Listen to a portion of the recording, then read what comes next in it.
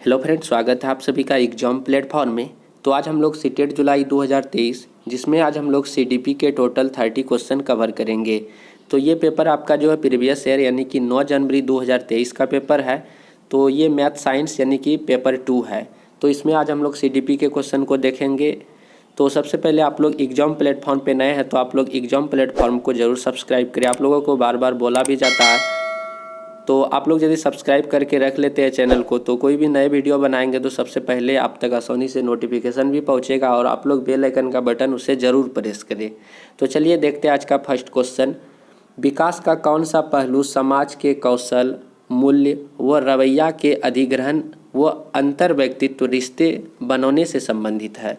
तो विकास का कौन सा पहलू समाज के कौशल, मूल्य व रवैया, कहीं ना कहीं यहाँ पे देखिए समाज के इर्द गिर्द सारे वर्ड हैं, यानी कि समाज के कौशल, मूल्य व रवैया ये सारे चीज़ बनाने से संबंधित है। कौन सा विकास होगा? संज्ञानात्मक विकास होगा, सामाजिक विकास होगा, संवेगात्मक विकास होगा, शारीरिक विकास होगा। तो यदि बच्चे या कोई भी मनुष्य या आदमी यदि समाज के सारे पहलू को, रवैया को यदि वो अंतर्ग्रहण करता है, यदि सीखता है तो उसमें कौन सा विकास होगा? सिंपल सा है, सामाजिक विकास होगा, यानी कि ऑप्शन नंबर 2 आपका बिल्कुल राइट आंसर हो जाएगा। तो आप लोगों को बार बार बोला भी जाता है, आप लोग बट सब्सक्राइब नहीं करते हैं चैनल, तो प्लीज़ आप लोग चैनल को सब्सक्राइब कर लीजिए, क्योंकि न्यू चैनल है इसीलिए आप लोगों को बार बार बोला भी जाता है। क्योंकि आप लोगों के लिए इतना ज़्यादा मेहनत करते हैं तो आप लोग एक सब्सक्राइब तो बनता ही है। तो चलिए देखते हैं सेकंड क्वेश्चन। निम्न में से कौन से कारक बच्चे के संपूर्ण विकास के लिए जिम्मेदार है?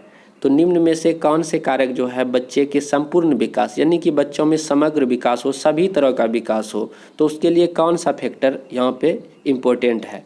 तो आनुवंशिकता, भौतिक वातावरण, सामाजिक परिवेश, तो इनमें से कौन सा होगा? तो ये सारे जो कारक है, यदि सारे कारक यदि रहेंगे तभी वो बच्चों में एक तरह से संपूर्ण विकास यानी कि समग्र विकास बच्चों में पूर्णतः डेवलप वो बच्चों में हो पाएगा। जब उसके अंतर्गत आनुवंशिकता, भौतिक वातावरण, सामाजिक परिवेश सारे चीज़ जब मिलेगा बच्चों को तभी उसमें जो एक तरह से संपूर्ण विकास संभव है। उसके बाद अगला क्वेश्चन है आपका, वह प्रक्रिया जिसमें एक बच्ची अपने माता पिता, समकक्षी व अन्य महत्वपूर्ण व्यक्तियों से अंतःक्रिया करके सामाजिक कौशल, विचार व मूल्य सीखती है, डैश कहलाती है? तो एक बच्ची है या बच्चा है वो अपने माता पिता से मतलब कि अंतःक्रिया करके माता पिता के मतलब कि बीच या समग्र रह करके उनके कौशलों और विचारों और मूल्यों को सीखती है। तो वह सीखने की प्रक्रिया क्या कहलाएगा? तो सिंपल सा है, यहाँ पे क्या कहलाएगा आप लोग को समझ में आ गया होगा कि पाठ कहलाएगा, समाजीकरण या अधिसंज्ञान या एकीकरण। तो बिल्कुल यह सिंपल है, समाजीकरण कहलाएगा। माता पिता यानी कि परिवार में जब बच्चे अपने मूल्यों को सीखते हैं, कौशल को सीखते हैं, विचारों को सीखते हैं तो वह किसके अंतर्गत आएगा? वह समाजीकरण के अंतर्गत ही आता है। और वह बच्चे जो है समाज में मतलब कि समाजीकरण के जो मूल्यों को जो सीखते हैं वह परिवार में अंतःक्रिया के माध्यम से ही सीखते हैं। क्योंकि अंतःक्रिया क्या होता है? जो माता पिता के द्वारा मतलब कि फिर बच्चे उसके बातों को सुनते हैं, फिर समझते हैं और चीज़ों को उसी के अनुरूप करते हैं, वही एक तरह से अंतःक्रिया के अंतर्गत होता है। अगला है आपका, पियाजे के सिद्धांत के अनुसार उस प्रक्रिया को जिसमें बच्चे या तो नए स्कीमों का निर्माण करते हैं या अपने स्कीमों में बदलाव करते हैं को क्या कहते हैं? तो जीन पियाजे के सिद्धांत के अनुसार उस प्रक्रिया को जिसमें बच्चे या तो नए चीज़ों को सीखते हैं या पहले से जो चीज़ों को वह सीखे हुए हैं उस चीज़ों में वह क्या करते हैं? वह बदलाव करते हैं। तो यह प्रक्रिया क्या कहलाता है? तो यह सिंपल है, यह अनुकूलन कहलाता है। क्या कहलाता है? अनुकूलन कहलाता है। तो ऑप्शन नंबर आपका यहाँ पे चौथा बिल्कुल सही जवाब है। क्या कहलाएगा? अनुकूलन कहलाएगा। तो उसके बाद अगला क्वेश्चन चलिए हम लोग देखते हैं।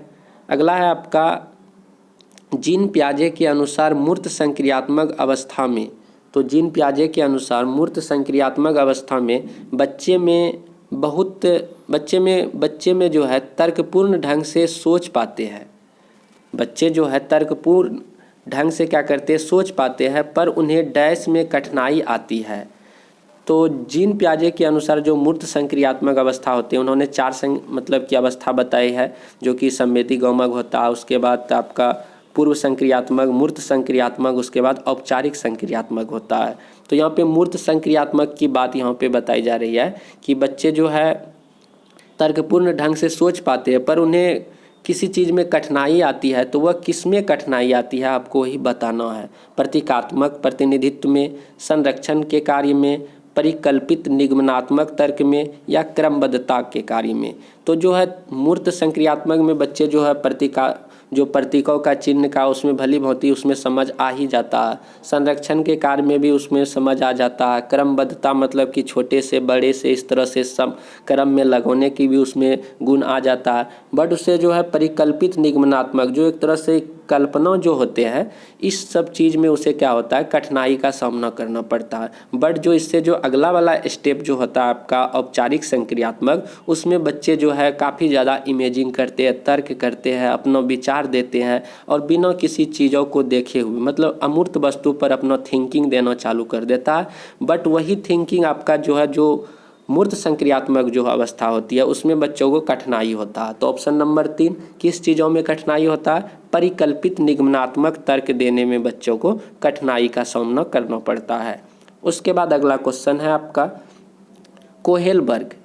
कोहेलबर्ग के अनुसार बच्चे किस अवस्था में नियमों को निश्चित और निरपेक्ष मानते हैं। तो आपको बताना है कि जो कोहेलबर्ग साहब का जो सिद्धांत है या अवस्था है उसमें किस नियमों को जो है निश्चित और निरपेक्ष मानते हैं। सजा और आज्ञाकारिता अभिविन्यास, सामाजिक अनुबंध अभिविन्यास, सार्वभौमिक नैतिक सिद्धांत अभिविन्यास, अच्छा लड़का अच्छी लड़की अभिविन्यास। तो इसमें जो है इसके जो नियम है जो सजा और आज्ञाकारिता अभिविन्यास, इसमें जो है इस अवस्था को निश्चित और निरपेक्ष मानते हैं। छोटे बच्चे जब होते हैं वो जो अपने माता पिता के मतलब कि डर से कहीं ना कहीं उस चीज़ों को कार्य को करते हैं। जैसे घर में मेहमान आ गए तो उसका सेवा करना है, बैठने के लिए देना है, पानी देना है, तो वह जो है डर के माध्यम से वह चीज़ों को करते हैं। यदि नहीं करेंगे तो बाद में उसका क्या होगा, पिटाई होने वाला है। इस तरह से सजा और आज्ञाकारिता अभिविन्यास जो होता है इसको जो निश्चित और निरपेक्ष माना गया है। उसके बाद निम्न में से किसे सामाजिक रचनावादी सैद्धांतिक के रूप में भी जाना जाता है। तो आपको बताना है कि निम्न में से किसे सामाजिक रचनावादी सैद्धांतिक। तो इसमें आपके पास 4 ऑप्शन है, तो कौन सा यहाँ पे राइट आंसर हो जाएगा।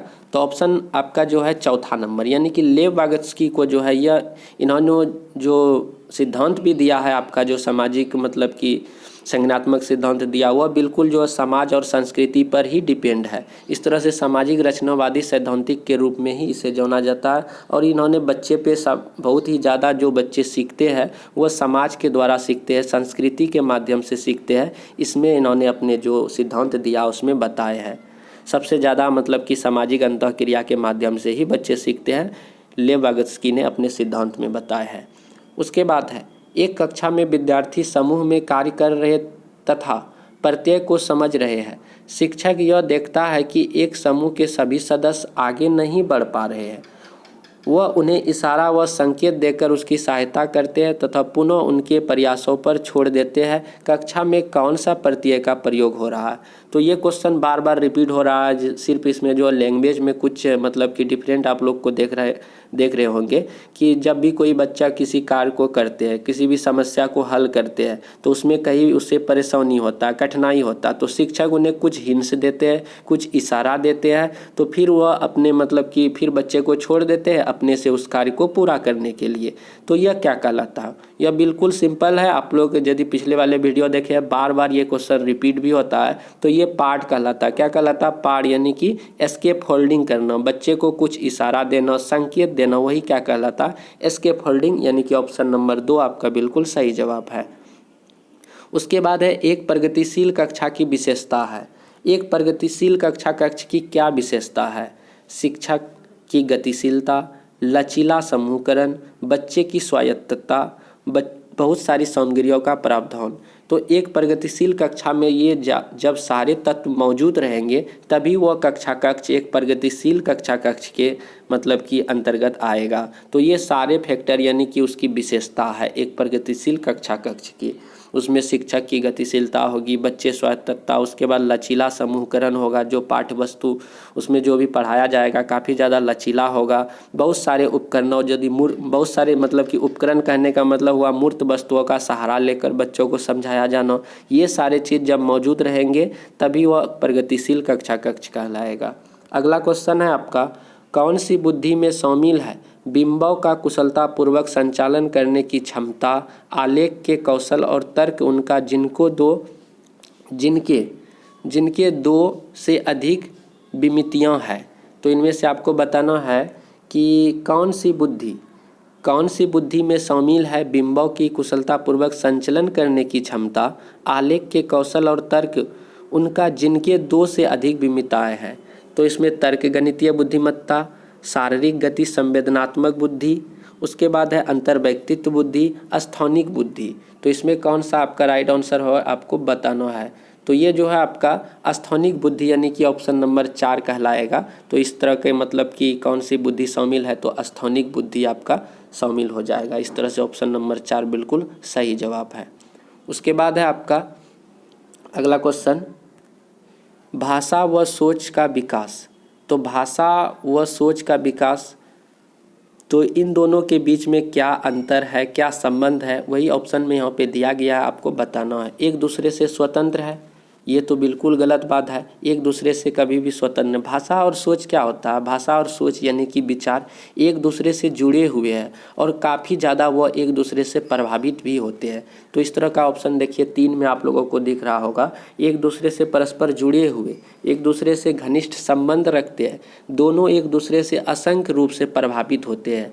तो इस तरह से ऑप्शन नंबर 3 आपका बिल्कुल क्लियर है। तो ऑप्शन नंबर 3 भाषा और विचार में ये दोनों सही ऑप्शन हो जाएगा। उसके बाद अगला है आपका, यह संभावित है कि एक बच्ची जो अपने माता पिता के गैर अनुरूपवादी जेंडर व्यवहार करते हुए देखती है, तो एक इसमें मतलब कि संभावना दिखाया जा रहा है कि जो बच्ची है वो अपने माता पिता के द्वारा जो अनुरूपतावादी जेंडर व्यवहार करते हुए देखती है, तो वह बच्चा का मन में क्या प्रश्न आएगा, किस प्रकार का सोच उसमें विकसित होगा, वही आपको बताना है। फर्स्ट है, जेंडर रूढ़िवादिता का पालन करेगी। क्या बच्चे जो अपने माता पिता को इस तरह का चीज़ जो करते हुए देखेगा तो वह उसी चीज़ को पालन करने लगेगा?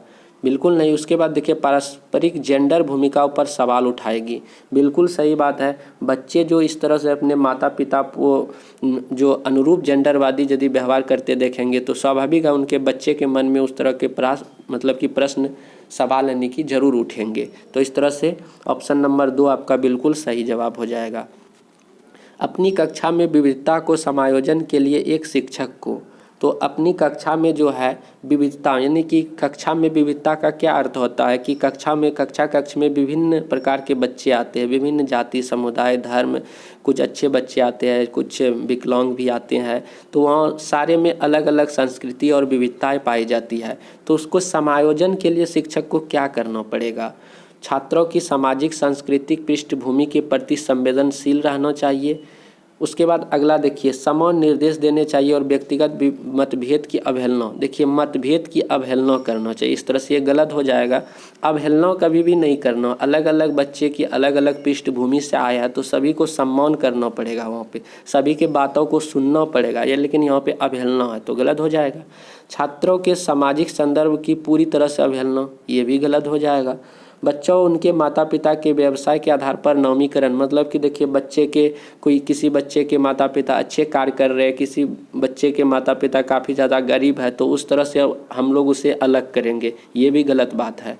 तो यहाँ पे देखिए फर्स्ट वाला ऑप्शन क्या है, छात्रों के सामाजिक सांस्कृतिक पृष्ठभूमि के प्रति संवेदनशील रहना पड़ेगा, तभी वह बच्चों में विविधताओं के क्या हो जाएगा, समायोजन होगा। तो ऑप्शन नंबर 1 बिल्कुल सही जवाब। उनकी जो भी संस्कृति होगा, जो भी पृष्ठभूमि है, ऊंच नीच, सभी के प्रति हमें संवेदनशील और सभी के प्रति हमें सजग और समान दृष्टिकोण अपनाना पड़ेगा, तभी हम लोगों के बीच क्या हो जाएगा, कक्षा कक्ष में समायोजन का माहौल पैदा होगा। अगला क्वेश्चन है, आकलन का उद्देश्य क्या होना चाहिए? बच्चों में जो हम लोग के बराबर मतलब कि जो अधिगम के दौरान हम लोग जो है समग्र मतलब कि पाठचर्या के पाठ्यक्रम के दौरान हम लोग क्या करते हैं, बच्चों का आकलन लेते हैं, जांच करते हैं।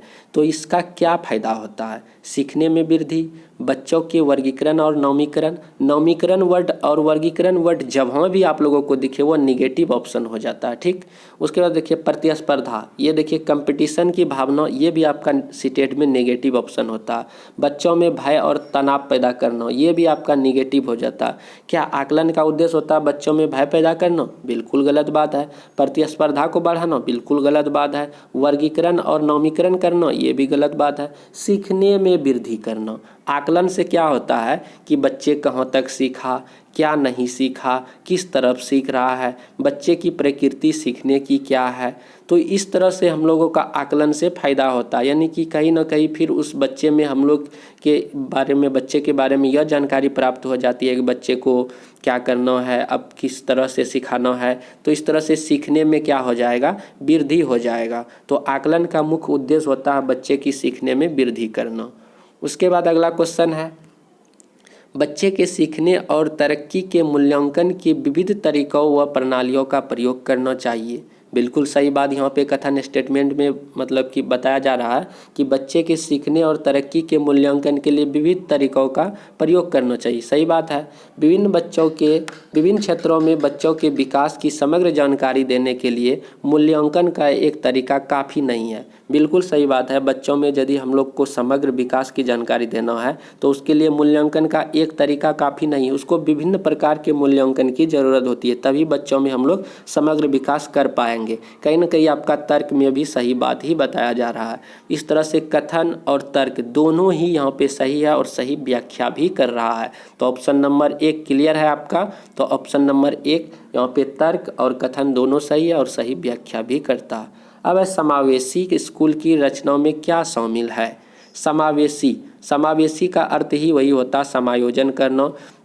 विभिन्न प्रकार के मतलब कि बच्चे आते हैं, सभी को एक समान दृष्टिकोण से अपनाना, सभी को समान देखना, वही समावेशी होता है। तो समावेशी स्कूल की रचनाओं में क्या शामिल है? नवमीकरण व दोषारोपण को अपनाना, ये बिल्कुल गलत बात है। नवमीकरण वर्ड है तो नेगेटिव हो गया। पूर्वाग्रह व पक्षपात पर सवाल उठाना। उसके बाद है वर्गीकरण व पृथक्करण की पुष्टिकरण करना, ये भी गलत है। पाठ्यचर्या व शिक्षा शास्त्र को सख्त व मानवीकृत करना, देखिए सख्त कड़ा, ये भी गलत है। कभी भी ऐसा नहीं करना। हम लोगों का दायित्व बनता है कि जो पाठ्यक्रम होता है, जो सिलेबस होता है, उसको जो है काफ़ी ज़्यादा लचीला रखा जाए। फर्स्ट, उसके बाद सेकेंड वाला ऑप्शन देखिए आपका क्या है कि पूर्वाग्रह व पक्षपात पर सवाल उठाना चाहिए, तभी वह समावेशी मतलब कि उसमें उत्पन्न हो पाएगा। जो पूर्वाग्रह, जो पहले से जो धारणा बनी हुई है, जो पक्षपात वाले जो होते हैं मतलब कि बड़ा छोटा को इस तरह से देखना, अमीर गरीब देखना, इन सारे सवालों पर हम लोगों को क्या करना पड़ेगा, इन सारे मुद्दों पर सवाल उठाना पड़ेगा, तभी वह समावेशी का क्या होगा, विकास हो पाएगा। इस तरह से अगला क्वेश्चन चलिए हम लोग देखते हैं। निम्न में से कौन से हस्तक्षेप रणनीति सामाजिक तौर पर वंचित समूह से आने वाले बच्चों के समावेशन में मदद करेगा? तो आपको बताना है कि निम्न में से जो है कौन से हस्तक्षेप रणनीति सामाजिक तौर पर वंचित समूह से आने वाले बच्चों के समावेशन में मदद करेगा, आपको बताना है। फर्स्ट है सभी बच्चे की बातें को ध्यानपूर्वक सुनना। उसके बाद बच्चों की योग्यता के आधार पर स्पष्ट पृथक्करण करना, ये भी गलत ही हो जाएगा। बच्चों की उपस्थिति पर सख्त निगरानी गलत है। स्कूल के वार्षिक दिवस व अन्य उत्सवों में केवल उच्च उपलब्धि वाले केवल देखिए कोई भी फंक्शन वगैरह होता है मतलब कि स्कूल में देखिए वार्षिक दिवस के उत्सव पर, तो वहाँ पे देखिए उस फेस्टिवल में केवल बोला जा रहा है कि उच्च उपलब्धि वाले जो बच्चे हैं उसी की भागीदारी होना चाहिए, ये भी गलत बात है। तो हम लोगों को जो हस्तक्षेप रणनीति सामाजिक और वंचित समूह से होने वाले बच्चों में समावेशन करना है, तो इसके लिए सभी बच्चों की बातों को हम लोगों को ध्यानपूर्वक सुनना पड़ेगा। क्या करना पड़ेगा? सभी बच्चों के बातों को हम लोगों को ध्यानपूर्वक सुनने की आवश्यकता, तभी उसमें समावेशन की वृद्धि होगी। उसके बाद अगला क्वेश्चन है लेखन कार्य में शब्दों की चूक, धीमी नकल की गति व लिखने में अन्य चुनौतियाँ किसकी विशिष्ट पहचान है? तो देखिए लेखन कार्य में शब्दों की चूक, धीमी नकल करना या लिखने में अन्य चुनौतियों किसकी विशिष्ट पहचान है। अब लिखने में किसी बच्चे को कोई चूक हो जाती है, गलती हो जाती है, नकल करने में परेशानी होती है या अन्य बहुत सारी उससे जो है परेशानी का सामना करना पड़ता है, यह किसके अंतर्गत आ जाएगा। ये लेखन वैकल्य है, इसके अंतर्गत आ जाएगा ऑप्शन नंबर 1। तो क्वेश्चन से ही आपका जो है यहाँ पे आंसर आपको मिल रहा कि लिखने में परेशानी है तो वह लेखन वैकल्य के अंतर्गत आ जाएगा ऑप्शन नंबर 1।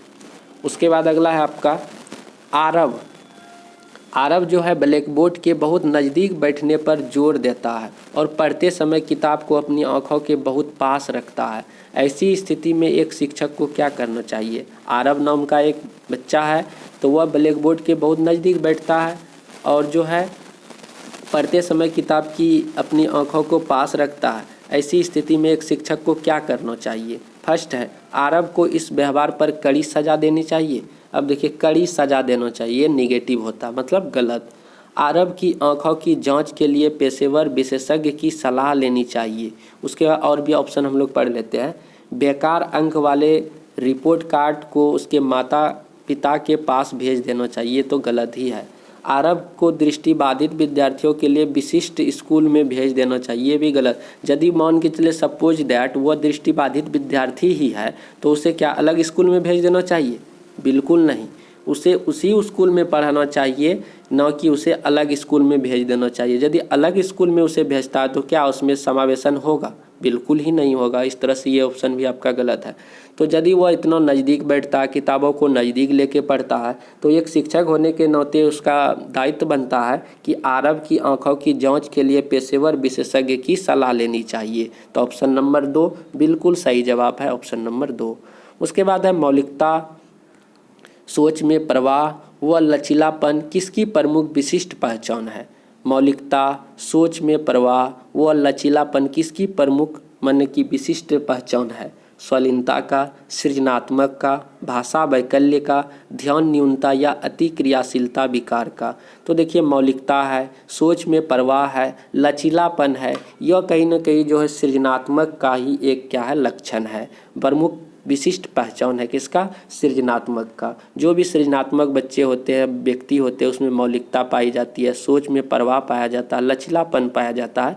ये पहचान होता है किसका, सृजनात्मक का। अगला क्वेश्चन है, प्रभावशाली अधिगम के लिए शिक्षिकाओं को अपने विद्यार्थियों में किन कौशलों का विकास करना चाहिए। देखिए, प्रभावशाली, काफ़ी ज़्यादा प्रभावशाली अधिगम करने के लिए, बनाने के लिए शिक्षिका को अपने विद्यार्थियों में किन कौशल का विकास करना पड़ेगा। समालोचनात्मक चिंतन, सृजनात्मक, समस्या समाधान, कैसे सीखते हैं यह सीखना।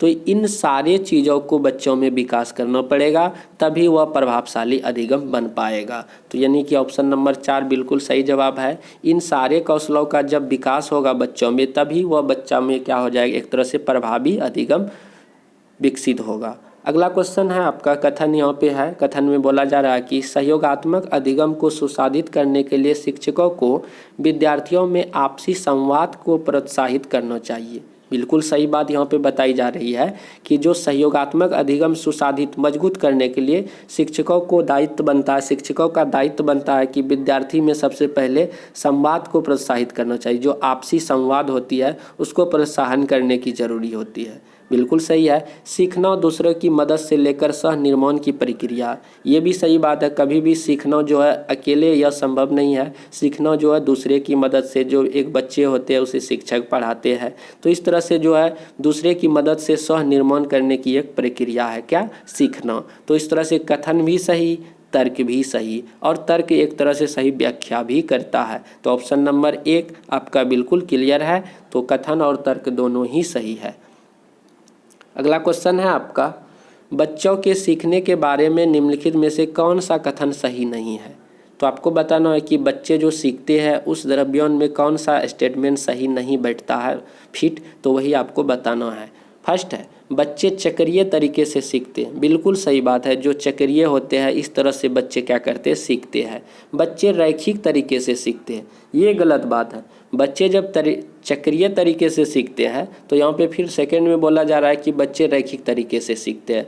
तो यहाँ पे क्वेश्चन के अनुसार निगेटिव का आंसर आपका निगेटिव में ही होगा, यानी कि बच्चे रैखिक तरीके से सीखते हैं, ये आपका जो है क्वेश्चन के अनुसार सही जवाब हो जाएगा ऑप्शन नंबर 2। बट आपका देखिए तीसरा में क्या कर रहा है, बच्चे अपनी गलतियों और त्रुटियों से सीखते हैं। ये भी बात सही है, जब बच्चे गलती करते हैं, त्रुटि करते हैं, उसी के फिर उसमें सुधार होता है, उससे सीखते हैं। बच्चे तभी सीखते हैं जब सक्रिय संबंध बनाने में सक्षम होते हैं, जब काफ़ी ज़्यादा एक्टिव होते हैं तब बच्चे सीखते हैं। ये भी बात सही कह रहा।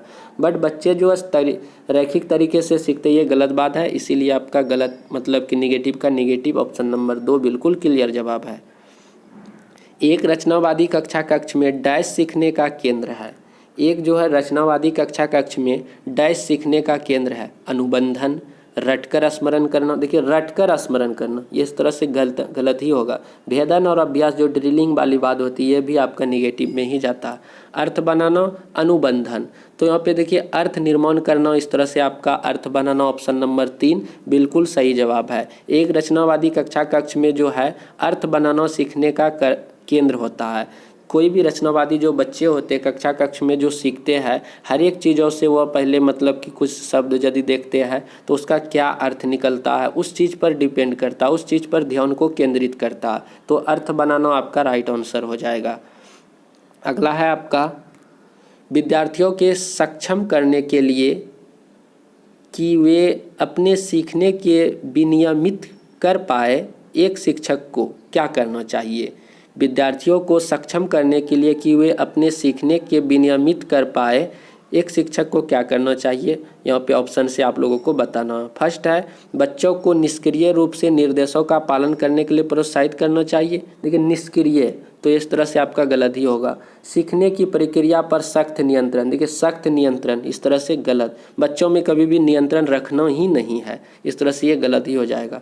बच्चे को स्वयं लक्ष्य तक प्राप्त करने व उसे पाने की रणनीतियों पर काम करने के हतोत्साहित करना चाहिए। देखिए हतोत्साहित वर्ड है, इस तरह से निगेटिव ही हो जाएगा। बच्चों में अधिसंज्ञानात्मक क्षमताओं के विकास पर ध्यान केंद्रित करना चाहिए। ये देखिए पॉजिटिव है पूरा, तो ऑप्शन नंबर 4 आपका बिल्कुल सही जवाब है। जब बच्चों में अधिसंज्ञानात्मक क्षमताओं के विकास पर ध्यान केंद्रित किया जाएगा तभी बच्चे जो है सीखने में काफ़ी ज़्यादा सक्षम होगा। उसके बाद अगला क्वेश्चन है, छात्रों को प्रभावी समस्या समाधान को सक्षम करने के लिए, तो यहाँ पे छात्रों के जो है प्रभावी समस्या समाधान को सक्षम करने के लिए क्या करना पड़ेगा। फर्स्ट ऑप्शन है, सुलझाए हुए उदाहरणों पर विचार करने के लिए प्रोत्साहित किया जाना चाहिए। अगला, सुलझाए हुए उदाहरण देकर उन्हें रणनीतियों को निष्क्रिय रूप से, देखिए निष्क्रिय बढ़ाया, इस तरह से ये गलत ही होगा। बोलकर सोचने के लिए हतोत्साहित बढ़ाया, इस तरह से गलत ही होगा। सुलझाए हुए उदाहरणों को देखकर हतोत्साहित करना चाहिए, ये भी गलत है। तो इस तरह से हतोत्साहित वर्ड जब भी आता है तो नेगेटिव ही होता है। आप लोगों को पता है, बार बार बोला भी जाता है, सब वर्ड जब भी आता है तो नेगेटिव होता है। जहां आपको प्रोत्साहन की बात दिखे वो आपका क्या होता है, पॉजिटिव होता है। तो ऑप्शन नंबर 1, सुलझाए हुए उदाहरणों पर विचार करने के लिए प्रोत्साहित करना चाहिए या किया जाना चाहिए। ऑप्शन नंबर 1 क्लियर है आपका। अगला क्वेश्चन है आपका, एक प्रभावी शैक्षिक रणनीति है, तो आपको बताना इन चारों ऑप्शन में कि एक प्रभावी शैक्षिक रणनीति क्या है। सीखने की प्रक्रियाओं पर शिक्षक का पूर्ण नियंत्रण, देखिए पूर्ण नियंत्रण, कभी भी बच्चों में नियंत्रण रखना ही नहीं, इस तरह से ये गलत ही हो जाएगा। संकल्पनात्मक मानचित्र बनाना व नई जानकारी को पूर्व जानकारी से जोड़ना, ये ऑप्शन बहुत ही ज़्यादा पॉजिटिव आप लोगों को दिख रहा, और सारे भी पढ़ लेते हैं। जानकारी को गैर प्रासंगिक बनाना, उसे वियोजित टुकड़ों में याद करना, ये भी गलत ही है। अनर्थक भेदन व अभ्यास व ड्रिलिंग, ये भी गलत ही हो जाता, निगेटिव ही हो जाता। इस तरह से सेकंड वाला ऑप्शन बिल्कुल पॉजिटिव है। एक प्रभावी शैक्षिक रणनीति क्या है, तो एक संकल्पनात्मक जो मानचित्र बनाना व नई जानकारी को पूर्व जानकारी से जोड़ना, जो नई चीज़ों को सीखते हैं बच्चे और पहले से जो सीखे हुए हैं उन चीज़ों को जोड़ के आगे की तरफ पढ़ाई जो करता है, मतलब कि अधिगम किया जाता है, वो काफ़ी ज़्यादा इफेक्टिव होता है। अगला है आपका, बच्चे अक्सर विभिन्न घटनाओं को समझने के लिए सहज सिद्धांत गढ़ते हैं।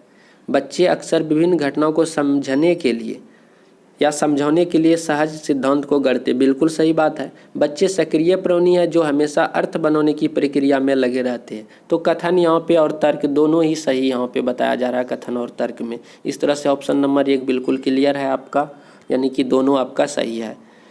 अगला क्वेश्चन है आपका, जब विद्यार्थी महसूस करते हैं कि सीखने की गतिविधियों पर उनका नियंत्रण है तब उनकी अभिप्रेरणा का स्तर हो जाता है और वे डैश विद्यार्थी बन जाते हैं।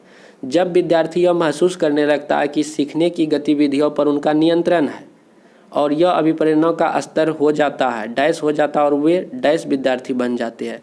तो जब उसका नियंत्रण जो है काफ़ी ज़्यादा मतलब कि नियंत्रण रहता है, सीखने की जो गतिविधि होते हैं वो अभिप्रेरण स्तर क्या होता है उसका बच्चे का बढ़ जाता है और वे स्वनियमित विद्यार्थी बन जाता है। किसी भी चीज़ों को अपने से मतलब कि करने में वह सक्षम हो जाते हैं। तो इस तरह से बढ़ जाता है और स्वनियमित विद्यार्थी बन जाते हैं। तो ऑप्शन नंबर 1 बिल्कुल सही जवाब है। उसके बाद अगला यानी कि लास्ट क्वेश्चन है आपका, निम्नलिखित में से कौन सा भावना सार्थक सीखने की प्रक्रिया में बाधा डालती है। तो निम्नलिखित में से कौन सा भावना जो है सार्थक सीखने की प्रक्रिया में बाधा डालता है। चिंता, उत्साह, खुशी, गर्व।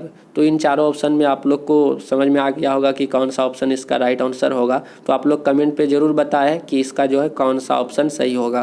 तो इस तरह से चारों ऑप्शन में से आपको जो डिफरेंट लगता है वो भी आप लोग करेंगे तो भी आपका सही ही जाएगा। तो आप लोग कमेंट पे ज़रूर बताएं कि इनका कौन सा आंसर सही होगा। और आप लोग वीडियो को शेयर भी कीजिए और चैनल पे नए हैं तो आप लोग प्लीज़ सब्सक्राइब भी कर लीजिए। तो चलिए मिलते हैं हम लोग अगले वीडियो पे। जय हिंद, जय भारत।